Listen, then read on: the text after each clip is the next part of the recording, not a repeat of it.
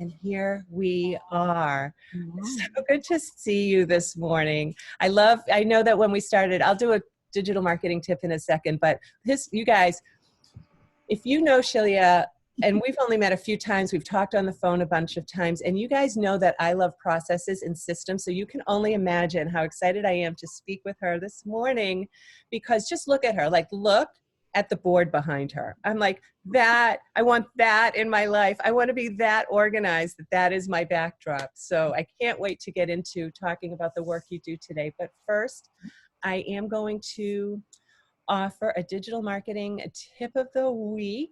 Last week, I talked about, I'm going to go ahead and share my screen. Last week, I talked about using frequently asked questions. This has been my focus for this week, is kind of going deeper into that and how, if you are using frequently asked questions or keeping track of or somehow organizing, having processes for that, how it can make your life so much easier. Oh, my Boston accent just came out there. Do you see a page now that says frequently asked questions, Shelia? I do. Okay. So I think I got this far last week talking about keeping a list. And always, like wherever it is, always have a running list of your questions anybody asks you. Really put on your spidey sense and listen to when people ask you about anything, about you, your business, your computer, your workspace, anything. Keep a list of those questions. You don't have to answer them right away, but have those questions available, because now you've got a repository of places where you can pull for blog posts or social media. I think I may have shown you this last week, that this is what we do for B&M Catering. Best caterers in New England, by the way, you guys, nicest people. So what we did was we took all of their frequently asked questions and we made one big frequently asked questions page. So if you do that, let's say if you end up with more than 10 questions or so, what I'd like you to do is break it out into categories. So here we've broken it out into full service catering. We have drop downs. They can go to wedding catering, pickup and delivery. So we have categories for their frequently asked questions. Right, keep those answers on that page super brief. If you want to go into more depth on them, link over to, let's say, a blog post. So that would be step number 3. Take one of your questions at a time and create a worked out blog post to fully answer that question. Make it attractive to the eye. Let the eye know where it needs to go to find the main points about the blog, and then you can fill in the details around that. Make sure to, if you can, include a testimonial on any of your pages, include a call to action. We always use, on B&M Catering, the call to action is always request a quote. And that's the page that I measure when I want to see how's it working? How am I doing? So just quickly too, and I'm going to go into part 3 of this frequently asked questions in next week's interview. But so this was one question that we built out into a full blog post for B&M Catering. And it was talking about wedding Q&A. We answered a bunch of questions. You can see the red here. I don't know if you'll be able to see this. I'll put the link in this talk so you can go and see the original page. These all link to other pages for more information. So because so much of their work is wedding catering, we wanted to make a page that was going to measure well for search optimization and was going to give anybody who was thinking about creating, using B&M Catering for their wedding catering, all the answers they could ever need will be right here for them. And then they'll go, they'll look, and ultimately, these are the things I want them to do. I want them to request a quote. That's the button that's most obvious. I wouldn't mind if they went over and read our reviews. I have a whole reviews page because their reviews are phenomenal. And of course, they could just go to the contact page. And that's the link you'll share anywhere, in groups, in your Google My Business posts, on other people's guests. You could guest blog with something like this. Once you've really built out a beautiful answer to a question that was really going to rank well for you to help attract your clients, do that. So that's my frequently asked questions Part number 2 today. I know I went fast, but there's a whole article on this. I'll send you the link to this particular article that you can read, and also you get to download the free guide and worksheet. So now I'm going to stop sharing and get to the part which I really love, which is about talking about somebody else.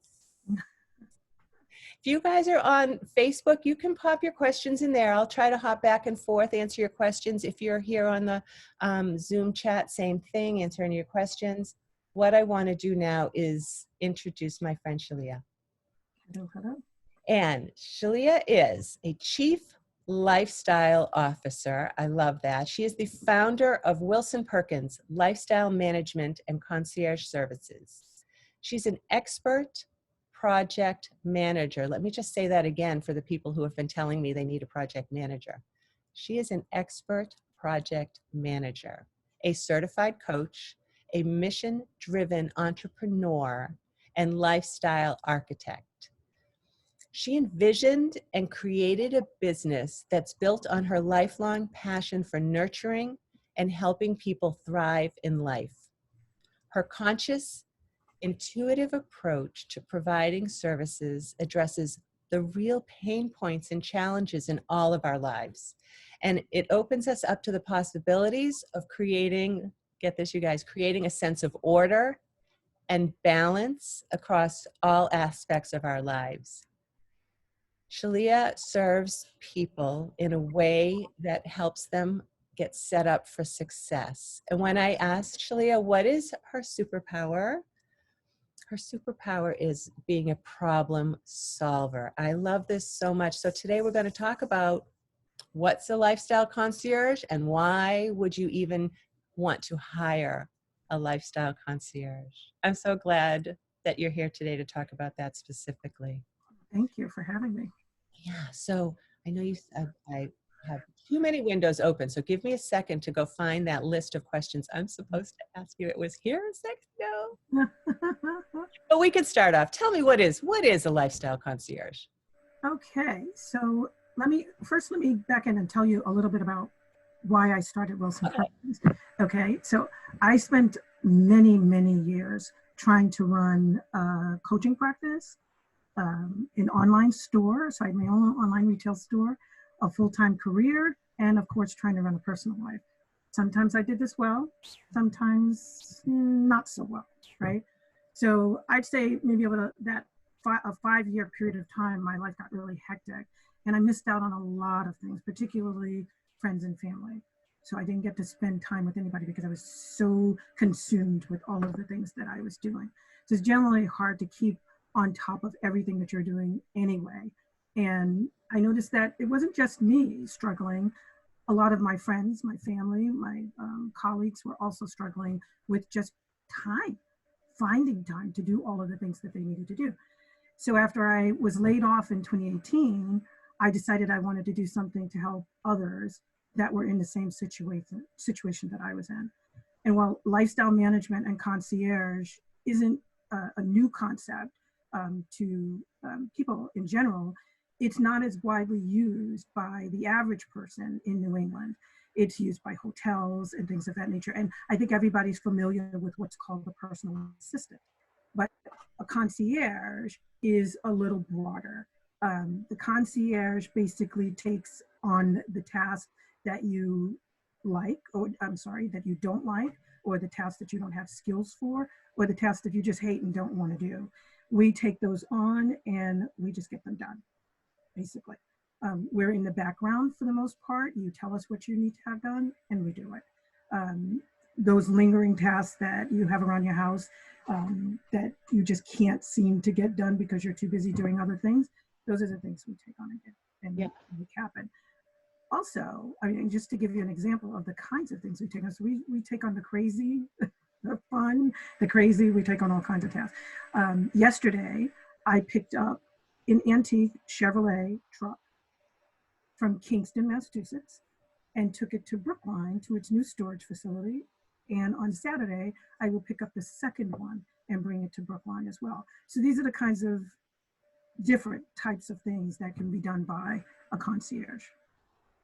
That's so cool because you want to have somebody that you trust, that you know is going to do it well, right? Like a lot of people are like, oh, I'll just find somebody, but you never know if Well, somebody has the all-togetherness to get it done properly. correct. And most of the things that we think about are really just a task or mini projects, right? So getting the project planned, getting it from start to finish, figuring out who needs to be involved, all those types of things takes time. And the individual has to figure out whether or not their time's valuable, right? And what they want to spend their time doing. And typically for someone like me, I built the reputation, not just reputation, but the relationships with service providers where it may take me a phone call, it may take you 10 hours to do. So it's that type of relationship building that is required to get the types of things done that I'm asked to do. That's so good. Right now I found it. So, Yeah. so that's how I'm going to go through our questions because I'm going to go through our list. So that's how you started Wilson Perkins. You've told me a little bit about what is a personal Mm-hmm. concierge, Mm-hmm. and you used a term in the next question, which is interesting. How can Wilson Perkins help with time poverty for individuals, families, and business? Tell me about this time poverty. So prior to starting Wilson Perkins, I did a focus group of friends, family, and colleagues. And out of that, about 75% of them said that domestic tasks was the number one thing that took time away from them being able to do the things that they wanted to do.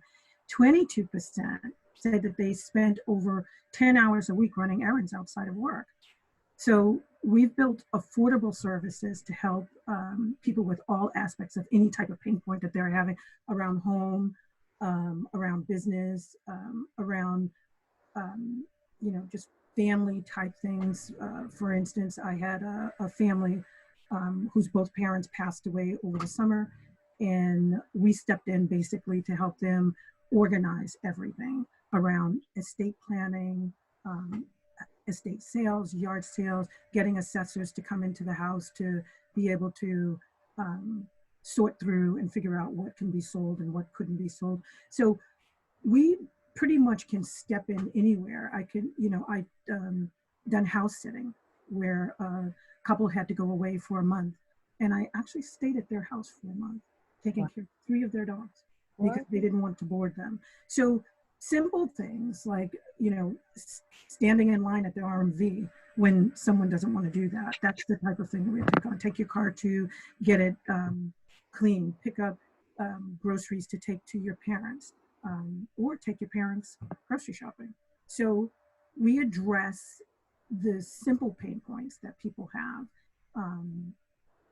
in their life. So people work, I look at life in 3 ways. You have 8 hours to work, you have 8 hours to play, and you have 8 hours to sleep.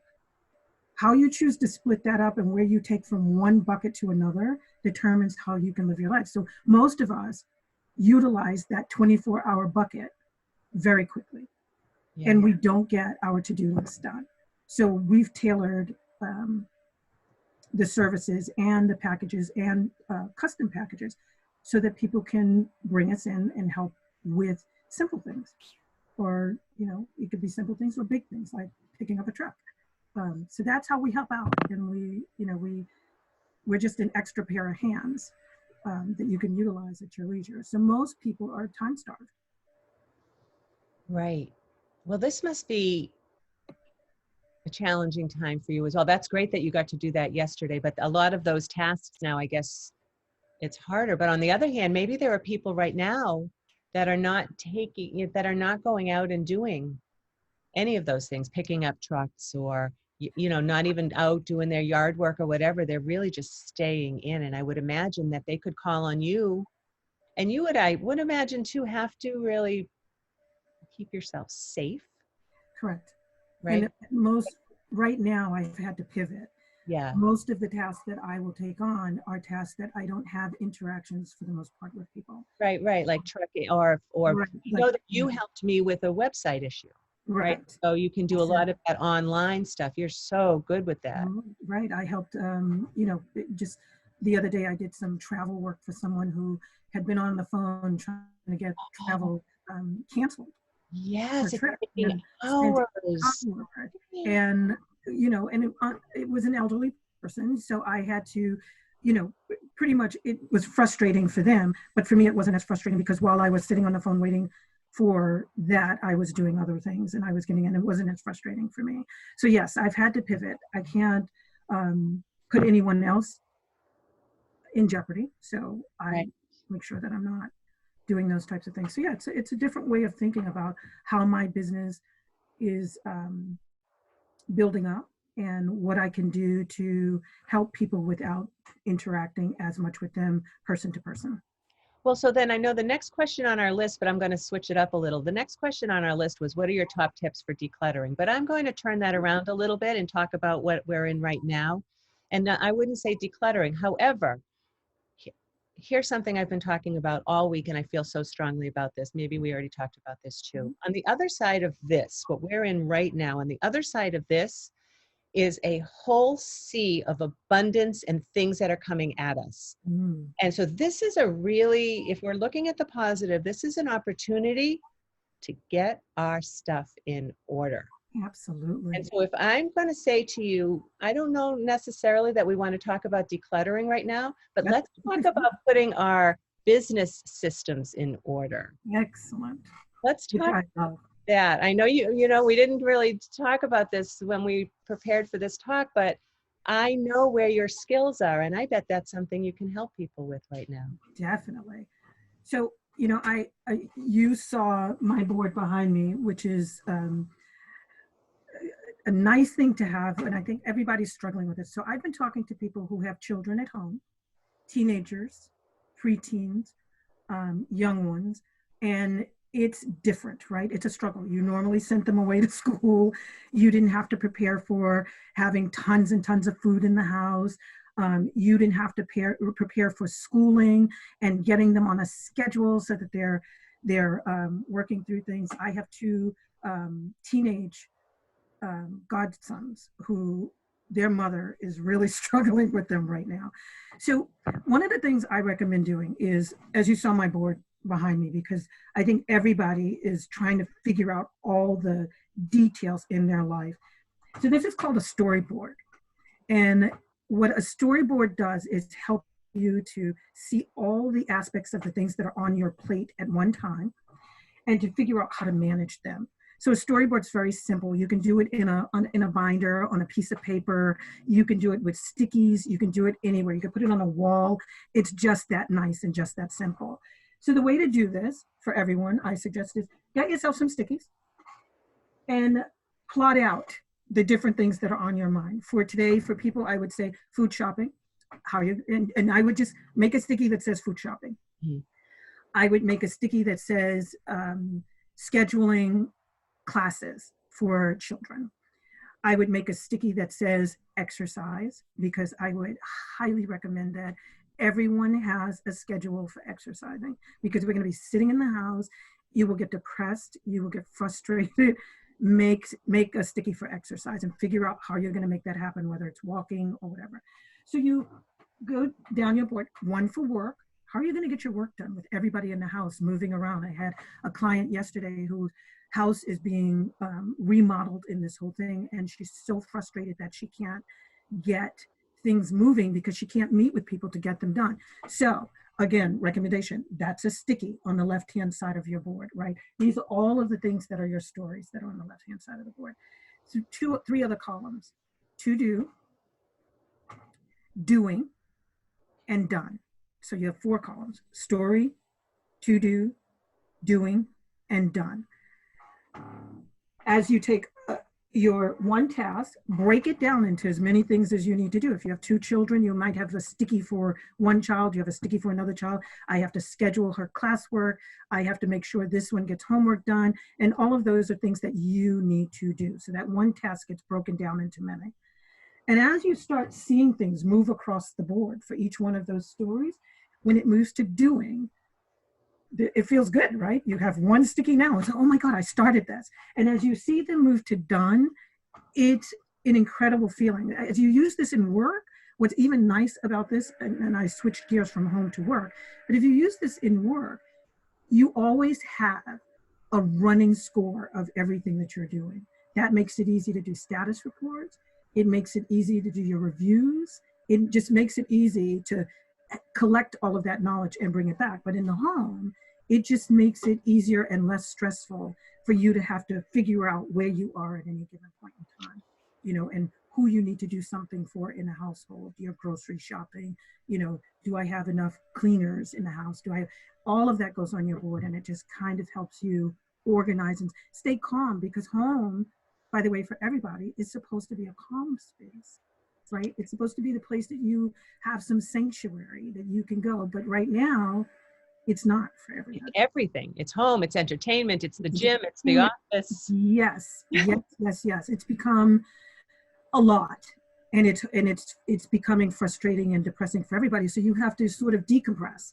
Yes. And break it down into mini chunks so that you're not trying to do everything all at once. You're doing bits and pieces here, and those little mini achievements make you feel a little bit more calm. You could take a little bit of a deep breath. So I have to tell you that listening to you talk about that and explain it to me, I have to go find my stickies and something to stick them on. I think I'll stick them on that, because look, this is what I'm working off. That yes. feel good to me. And then I have these. Yes. Good. Yes.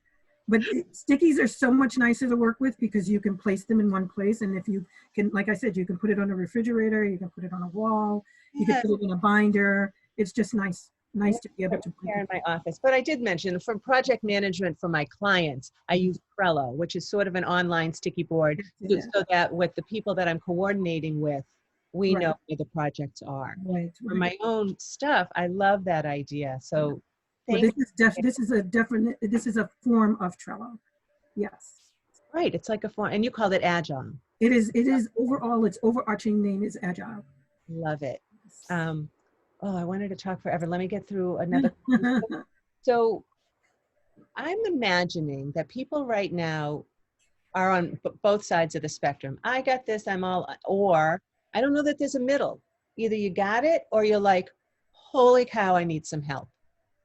Right? So you've already given us some examples of how you can help, either with just creating a system for your home and your house and your family, or to get things done that you didn't think you'd have time to do, or you didn't want to get done.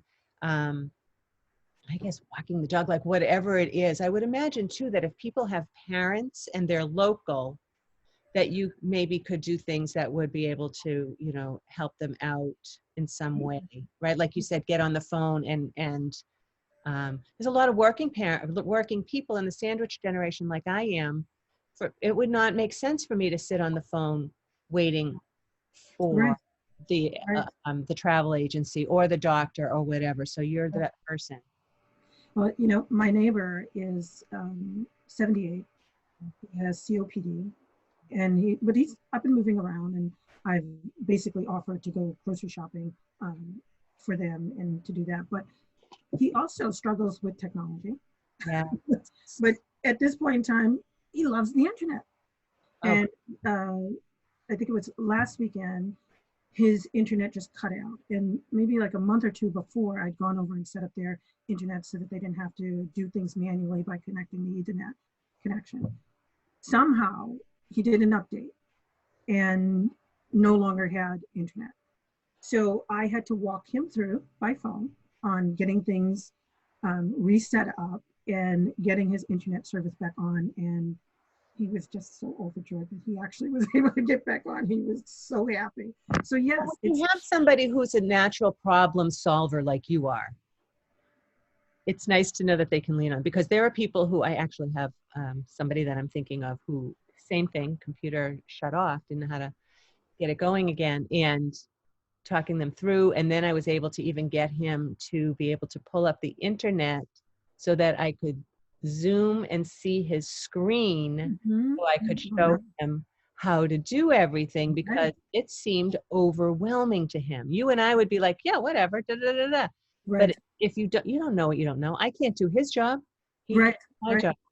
Right. Yeah. I actually had him send me a screen, just take a picture of his screen because, and that was easy because I figured out what had happened to him is that he had turned on airplane mode. Ah. It completely shut down his communications. It would shut down any Bluetooth device. So So good. So yeah. tell me a little bit more. I know we had a couple of other questions, and if you want to, you can hop into the chat on Facebook and fill in the rest, but I want to be mindful of time. Tell me how people can why people would get in touch with you, what you can do for them, and how they're going to get in touch with you, because people are going to need to know where you're at. Okay, so people can get in touch with me through my website, which is WilsonPerkins.life.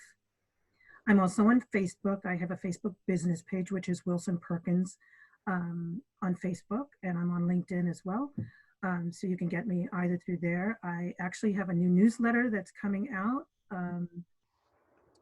hopefully this weekend, if all goes well, this weekend, and you can go on the website and sign up for the newsletter.